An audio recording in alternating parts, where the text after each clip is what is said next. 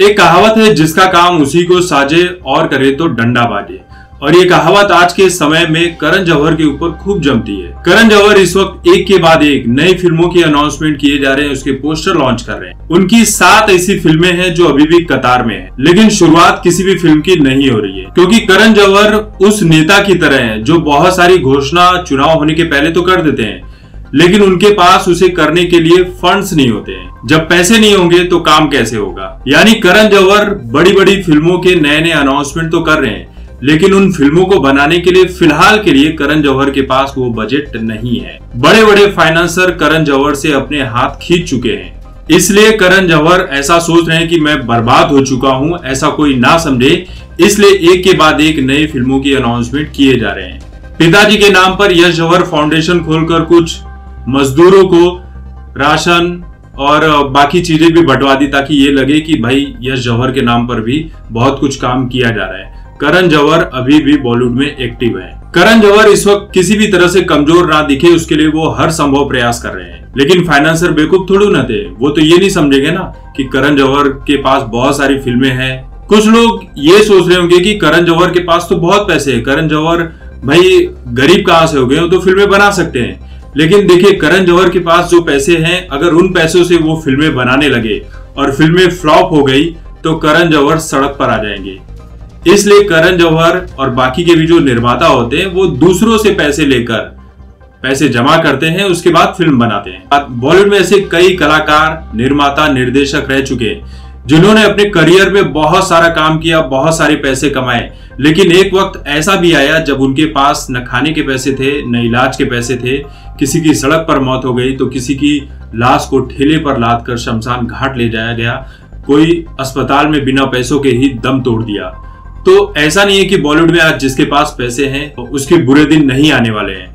हालांकि करण जौहर के बहुत सारे अच्छे दोस्त हैं जो उनकी मदद कर सकेंगे, लेकिन जब शनि की छाया पड़ती है तब अच्छे का जो करियर है ना, वो चौपट हो जाता है। भले ही आपके पास कितने ही पैसे वाले हो, कितने ही करीबी दोस्त क्यों ना हो। फॉक्स स्टार स्टूडियोज ने भी करण जौहर की फिल्म से इसीलिए हाथ खींचा क्योंकि वो बर्बाद होना नहीं चाहता था। करण जौहर ने करोड़ों रुपए खर्च करके बहुत बड़ा सेट बनाया, बहुत सारे मेगा स्टार को लिया उसमें। हालांकि उसमें कुछ फ्लॉप स्टार भी थे जिन्हें हालांकि स्टार कहलाने लायक भी नहीं थे, फिर भी उन्हें यहाँ पर मेगा स्टार कह रहा हूं, चलो भाई खुश हो जाओ।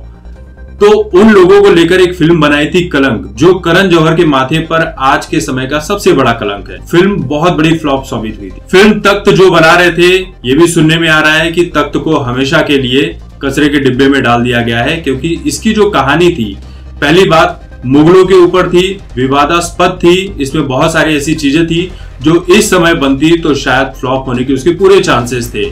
और सबसे बड़ी बात, इसी वजह से मुझे लग रहा है कि जो फाइनेंसर है फॉक्स स्टार स्टूडियो, उसने अपने हाथ खींच लिए थे कि एक फिल्म तो ऑलरेडी इतनी बड़ी करोड़ों रुपए मैंने डाले और मुझे उसका कोई प्रॉफिट नहीं मिला, पैसे डूब गए, और इस तरह की फिल्में करण जौहर बनाएंगे तो भैया मेरे पैसे डूब जाएंगे, इसलिए मैं पीछे हट जाता हूं।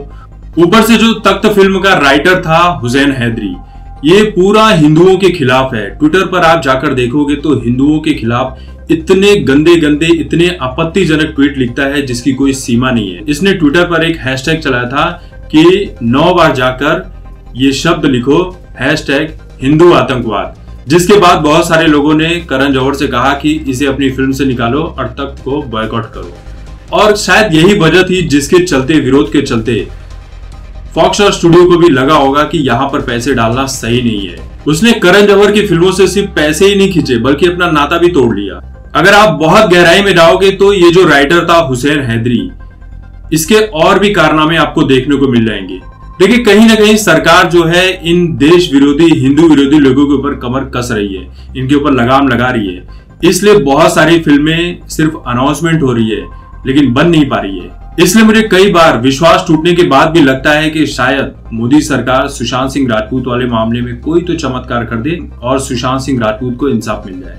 तो अब हुआ ऐसा कि करण जौहर अपने फिर से पुराने मुकाम पर लौट आए हैं और वही लव स्टोरी वाली फिल्में बनाएंगे जिसके लिए वो जाने जाते हैं। बाकी इस तरह की ऐतिहासिक फिल्में बनाना उनके बस की बात नहीं है।